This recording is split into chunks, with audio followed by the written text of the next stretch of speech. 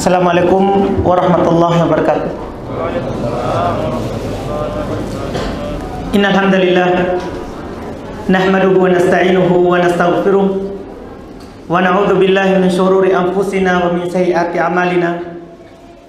May yahdihillahu fala mudilla lahu wa may yudlil fala hadiyalah. Asyhadu an la ilaha illallah wahdahu la syarika lah wa asyhadu anna Muhammadan abduhu wa rasuluh. Sallallahu alaihi wa alihi wa ashabihi wa man tabi'ahum bi ihsan ila yaumiddin, amma ba'd. Kaum muslimin dan muslimat, jemaah salat maghrib rahimani wa rahimakumullah. Alhamdulillah, di kesempatan yang berbahagia ini kembali kita bersyukur kepada Allah Subhanahu wa taala atas nikmatnya kembali kita dikumpulkan di tempat ini, di salah satu rumah dari rumah Allah Subhanahu wa taala tentunya, untuk kembali taklim, kembali belajar dan mengajar, mengkaji apa yang ditinggalkan oleh Nabi kita Muhammad sallallahu alaihi wasallam kepada kita umatnya. Di malam hari ini kembali kita bahas fikih dengan membaca kitab Umdatul Fiqhi karya Al-Imam Muwaffaquddin Ibnu Qudamah rahimahullahu ta'ala. Kita masuk dalam pembahasan yaitu di kitab Thaharah, masih di pembahasan pembatal wudu. Insyaallah ta'ala di malam hari ini kita akan selesaikan, karena sisa 3 pembatal yang belum sebutkan, dan nanti kita akan sebutkan beberapa pembatal yang merupakan kelengkapan dari yang disebutkan oleh para ulama kita, apakah dari kalangan Syafi'iyah ataupun selain mereka. Kata beliau rahimallahu ta'ala, termasuk pembatal wudu yang berikutnya adalah lamsu imro'atin li syahwatin, menyentuh perempuan dengan syahwat, menyentuh perempuan dengan syahwat. Masalah menyentuh perempuan ini terjadi khilaf, terjadi perselisihan di kalangan ulama kita, khususnya di ulama madhab. Di antara para ulama seperti orang-orang Syafi'iyah, pengikut Imam Syafi'i rahimahullah, mereka berpendapat menyentuh perempuan itu secara mutlak membatalkan wudu. Bahkan menurut Syafi'iyah, walaupun tidak ada syahwat, secara mutlak membatalkan wudu.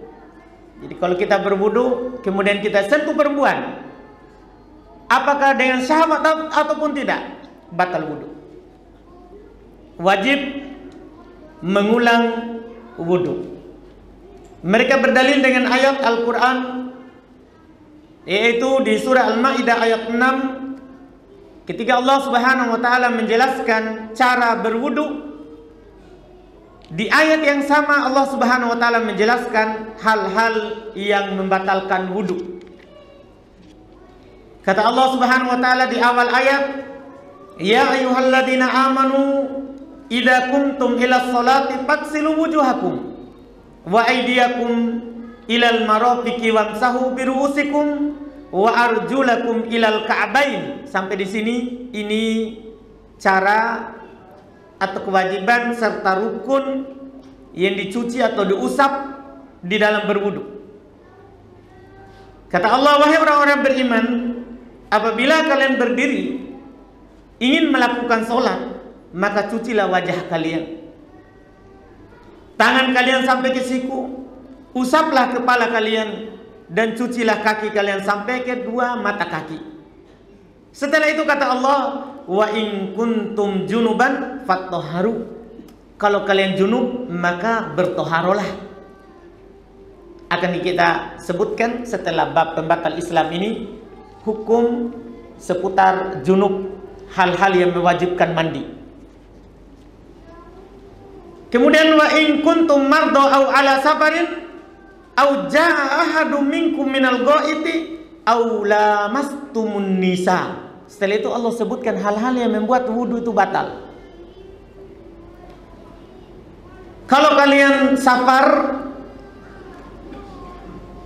sakit atau safar, atau kalian datang dari goit, habis buang air kecil ataupun besar, ini pembatal wudu.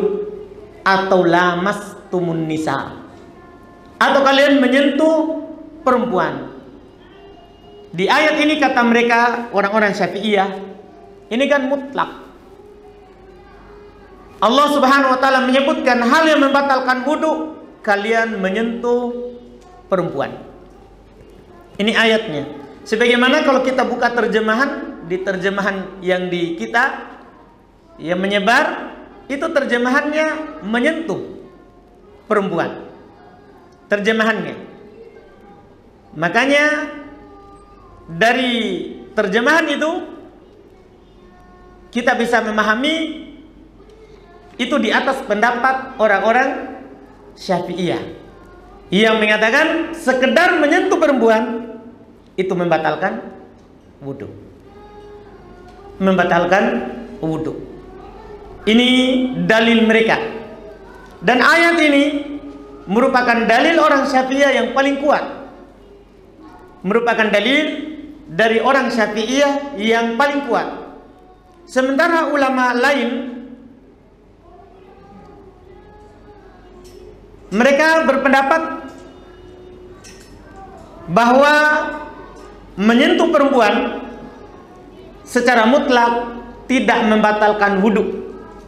Lawannya, kecuali saat menyentuh keluar sesuatu di bawah,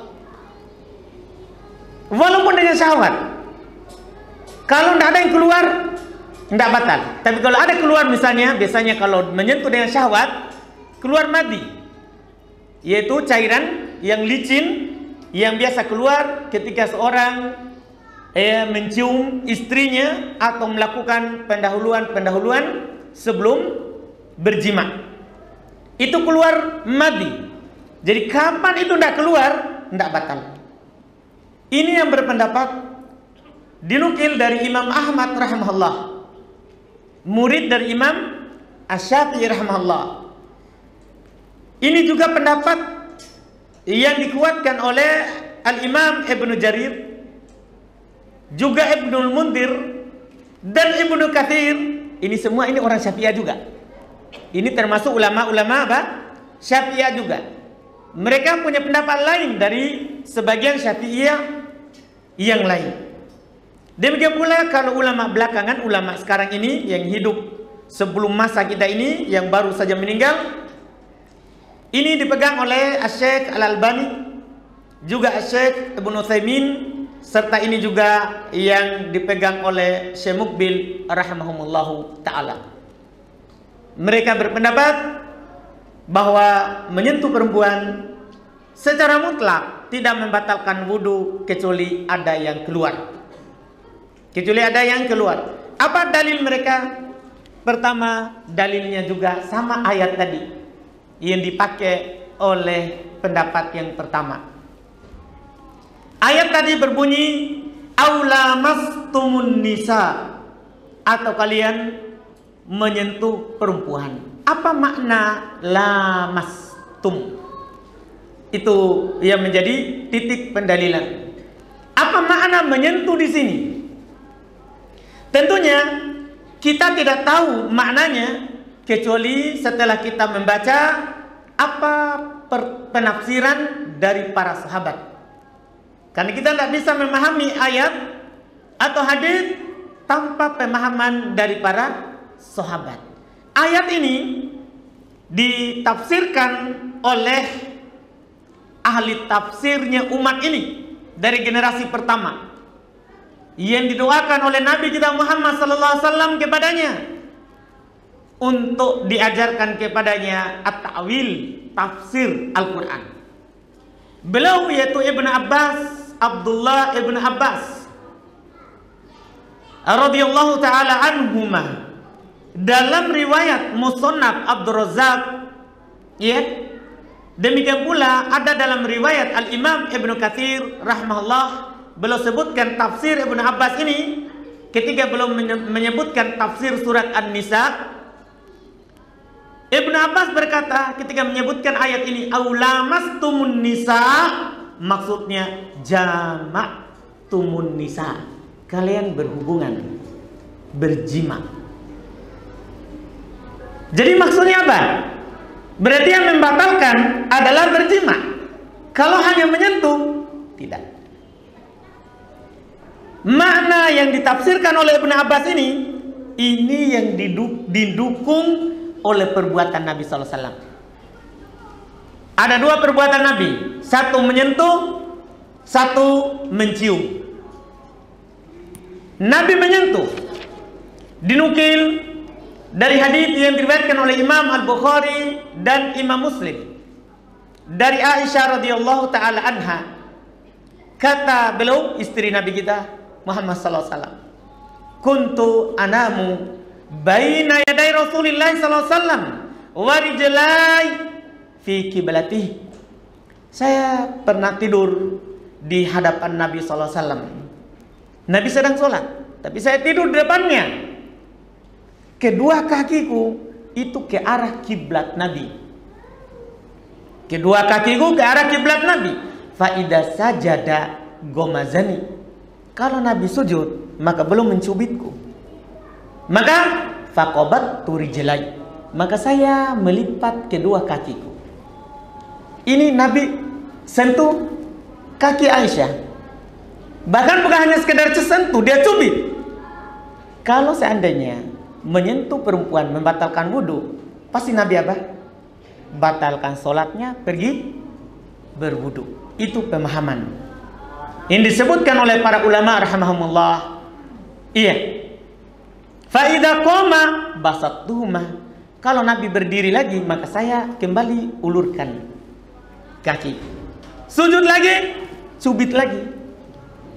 Masya Allah, antum pernah ya? Jangan dihayalkan. Iya. Ini karena dulu Nabi rumahnya sempit. Beliau rumahnya sempit. Iya. Tapi kalau rumah luas juga enggak apa-apa. Iya. Tidak ada masalah. Iya. Jadi ini tafsir yang tadi kata Ibn Abbas, bukan hanya menyentuh di ayat tadi itu. Maksudnya adalah berhubungan. Berhubungan badan. Karena kalau menyentuh, Nabi menyentuh, tidak batalkan sholat.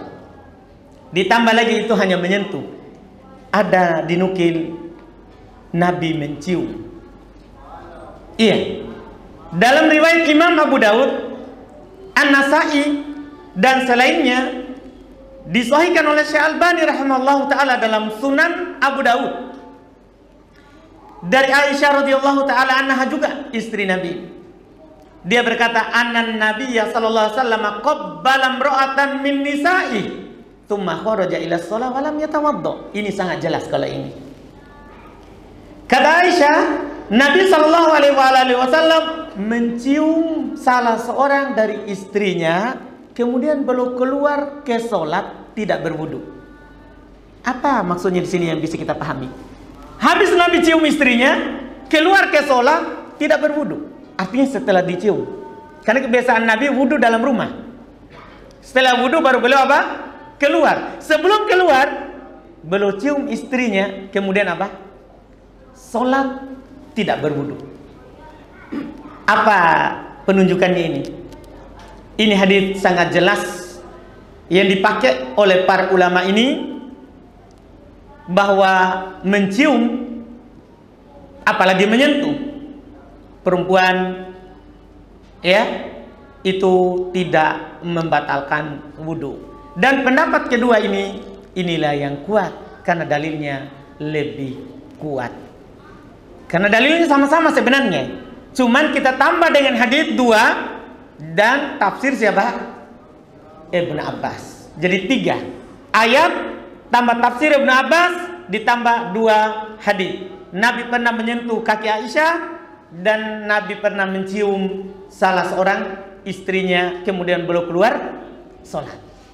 Dengan ini kita keluar dengan kesimpulan bahwa menyentuh perempuan tidak membatalkan sholat berdasarkan yang kami sebutkan tadi. Adapun penulis sebutkan li syahwah, itu poin penting. Beliau katakan menyentuh perempuan membatalkan wudu kalau syahwat, karena biasanya kalau dengan syahwat keluar sesuatu. Keluar apa? Sesuatu. Walaupun kita katakan mutlak, kalau tidak dirasa memang tidak ada yang keluar, maka tidak membatalkan wudu. Ini Masya Allah terkait dengan menyentuh perempuan. Iya. Kemudian yang kedua, berikutnya yang beliau sebutkan termasuk pembatal wudu, ar-riddah anil Islam. Kalau seorang itu murtad dari Islam, jadi habis wudu dia murtad, kemudian setelah itu masuk Islam lagi, apa hukum wudunya? Ini kalau ada, ini kan khayalan ahli fikih, misalnya begitu. Iya. Jadi habis wudu murtad, setelah murtad masuk Islam mau sholat, apakah wudu lagi atau tidak? Ini pertanyaannya. Para ulama rahimahumullah ta'ala pada hakikatnya dalam masalah murtad, apakah membatalkan wudu atau tidak ketika dia kembali langsung masuk Islam setelahnya, ada di antara para ulama mengatakan batal wudunya. Kenapa? Karena murtad itu membatalkan seluruh amalan. Alasan mereka berdalil dengan ayat dalam Al-Quran di surat Az-Zumar, kata Allah Subhanahu wa taala, "Wa laqad uhiya ilaika wa ilal ladzina min qablika la in asyrakta la yahbatanna 'amaluk wa la takunanna minal khasirin." Sungguh wahai Muhammad, telah diwahyukan kepadamu dan kepada orang-orang sebelummu, kalau kamu berbuat syirik maka akan batal seluruh amalanmu. Ini pendalilannya. Dan kamu akan menjadi orang yang merugi, akan batal. Berarti dengan murtad batal. Allah Subhanahu wa taala katakan seperti itu. Walaupun ada di antara ulama kita juga yang mengatakan bahwa murtad tidak sampai membatalkan wudu kalau dia langsung masuk Islam lagi setelahnya. Kalau dia langsung masuk Islam lagi setelahnya, ya, mereka juga punya dalil di dalam masalah ini, yaitu mereka katakan yang dimaksud murtad yang membatalkan amalan kalau dia meninggal di atas kemurtadannya itu. Kalau dia meninggal di atasnya. Adapun kalau dia murtad kemudian kembali masuk Islam, tidak batal amalannya. Kata mereka, dalilnya apa? Ayat juga dalam Al-Quran. Allah Subhanahu wa taala berfirman di surah Al-Baqarah, "Wa may yartadid minkum an dinihi fayamut wa huwa kafir fa ulaika habitat a'maluhum fid dunya wal akhirah." Ini ayat. Siapa yang murtad dari kalian, kata Allah, dari agamanya kemudian dia meninggal dalam keadaan dia kafir, maka mereka itulah yang batal amalannya di dunia dan di akhirat. Jadi yang dikatakan batal itu meninggal di atas kekafiran. Ini pendapat mayoritas, Masya Allah.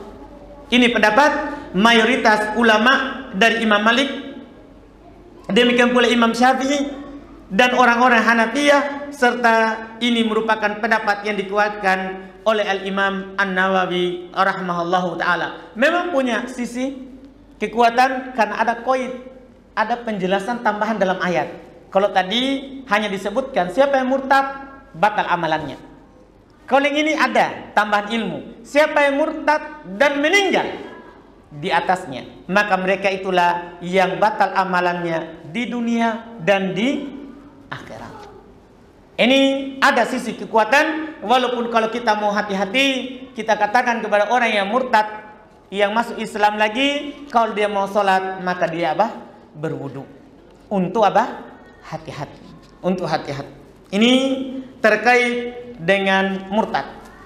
Kemudian yang berikutnya, Termasuk pendapat perkara yang membatalkan wudu, wa aklu lahmil jazur, memakan daging unta. Makan daging unta itu membatalkan wudu. Karena hadis dari Nabi kita Muhammad sallallahu alaihi wasallam beliau sebutkan, lima ruwiya anin Nabi sallallahu alaihi wasallam kilalah. Berdasarkan hadis yang diriwayatkan oleh dari Nabi kita Muhammad sallallahu alaihi wasallam, dikatakan kepada beliau, itu ditanyakan kepada Nabi kita, ana tawaddau min luhumil ibil, apakah kami berwudu dari daging unta? Qala na'am. Nabi katakan, iya. Kan beliau ditanya, apakah kami berwudu dari memakan daging unta? Kata Nabi, iya. Lanjutannya dia bertanya lagi, apa natawaddau min luhumil ghanam? Apakah kami berwudu dari daging kambing? Qala, kata Nabi, in syi'ta fatawaddo wa in syi'ta fala tatawaddo. Kalau kamu mau silakan berwudu, kalau kamu juga tidak mau silakan jangan berwudu. Artinya kalau daging kambing tidak perlu wudu tapi boleh berwudu. Kalau daging unta maka kata Nabi berwudu. Berwudu. Ini kalau kita makan daging unta. Misalnya kalau di sini tidak ada ya. Tidak ada. Misalnya kalau kita ke Arab misalnya makan daging unta, maka dianjurkan syariatnya untuk apa?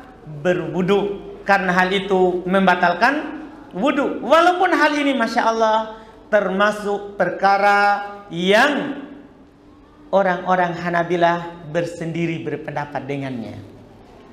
Daging unta membatalkan wudu, termasuk perkara yang mereka bersendiri dengannya. Karena ulama madhab yang lain dari Imam Syafi'i dan yang lainnya, mereka berpendapat daging unta juga tidak membatalkan wudu. Karena ada hadis yang memalingkan dari hal tersebut. Ya, dari hal tersebut. Seperti misalnya Imam Syafi'i rahimahullahu taala, demikian pula Imam Malik dan Abu Hanifah, yaitu mayoritas ahli fikih, mereka berdalil dengan hadis yang diriwayatkan oleh Imam Abu Daud dan An-Nasa'i dari Jabir radhiyallahu taala anhu. Kata beliau, kana akhirul amroini min Rasulillah sallallahu alaihi wasallam tarkul wudu mimma ghayyarat an-nar. Kata Jabir adalah yang paling terakhir. Maksudnya ini menghapus sebelumnya. Memang hadis yang kita baca tadi di atas menunjukkan bahwa kalau makan daging unta batal. Tapi kata Jabir, yang paling terakhir dari Rasulullah SAW, beliau meninggalkan berwudu. Maksudnya tidak berwudu dari apa yang dipanggang dengan api. Ini kata para ulama umum daging unta ataupun daging yang lainnya. Ya, Nabi tidak berwudu ketika memakannya. Lebih jelas lagi, mereka juga berpendapat dengan ini, dengan hadis yang diriwayatkan oleh Imam Al-Bukhari, lebih sahih lagi, yaitu dari Jabir bin Abdullah radhiyallahu taala anhu. Kata beliau, annahu sa'ala anil wudu mimma massatin nar. Dia bertanya kepada Nabi sallallahu alaihi wasallam tentang wudu dari apa yang disentuh oleh api, maksudnya langsung dibakar dari daging. Apa kata Nabi? Faqala la, enggak wudu. Enggak wudu. Qad kunna zamanan Nabi la najidu mithla dzalika minat ta'am illa qalila. Kami di zaman Nabi hampir tidak mendapatkan makanan seperti itu kecuali sedikit. Fa idza nahnu wajadnahu lam yakun lana manadil. Kalau kami dapatkan, dulu kami tidak punya tisu. Tidak punya tisu dulu. Illa akuffana wa sawa'idana wa aqdamana. Kecuali yang kami lakukan apa? Kami melapnya di akuf. Ini telapak tangan. Jadi kalau habis makan hanya diusap saja dengan telapak tangan. Atau sa'idana, dia usapkan di ini. Ya, di tangan lengannya atau di kaki kami. Jadi habis makan diusap di kaki. Kan tidak punya apa? Tisu. Tidak punya tisu. Ini kata siapa ini? Jabir radhiyallahu taala anhu. Ini menunjukkan dan mereka tidak berwudu padahal sudah dia usapkan itu. Mungkin jelas ya? Alhamdulillah. Ini Masya Allah. Ini masalah terakhir yang membatalkan wudu. Dan beliau kasih antum kaidah terakhir saudaraku. Iya, supaya habis. Beliau kasih kita kaidah. Satu kaidah. Man tayakkonat toharoh wa syakka fil hadathi au tayakkonal hadath wa syakka fit toharoh fahu alamat tayakkona minhumah. Perhatikan ini kaidah. Siapa yang yakin dirinya sudah bersuci, kemudian dia ragu kalau sudah berhadas. Jadi sudah wudu tadi di rumah misalnya, kemudian masuk masjid ragu, tadi ada buang angin atau tidak ya? Ragu. Atau sebaliknya, dia yakin hadas dan dia ragu apakah masih di atas toharoh, maka kata beliau bangun di atas yang yakin. Artinya kalau antum yakin sudah toharoh, buang yang ragu tadi, berhadas. Dan kalau antum yakin sudah berhadas, berarti tidak di atas toharoh, bangun di atas yang yakin. Bangun di atas yang yakin. Dalilnya adalah hadis Nabi SAW ketika seorang bertanya, dia mendapati sesuatu seakan-akan ada yang keluar dari bawah. Kata Nabi, la yang sore hatta yasma' sautan aw yajidariha. Jangan keluar sampai ada dia dengar suara atau dia cium bau. Berarti bangun di atas apa? Yang yakin. Alhamdulillah selesai pembatal wudu. Insyaallah berarti pertemuan selanjutnya kita masuk di permasalahan mandi junub insyaallah.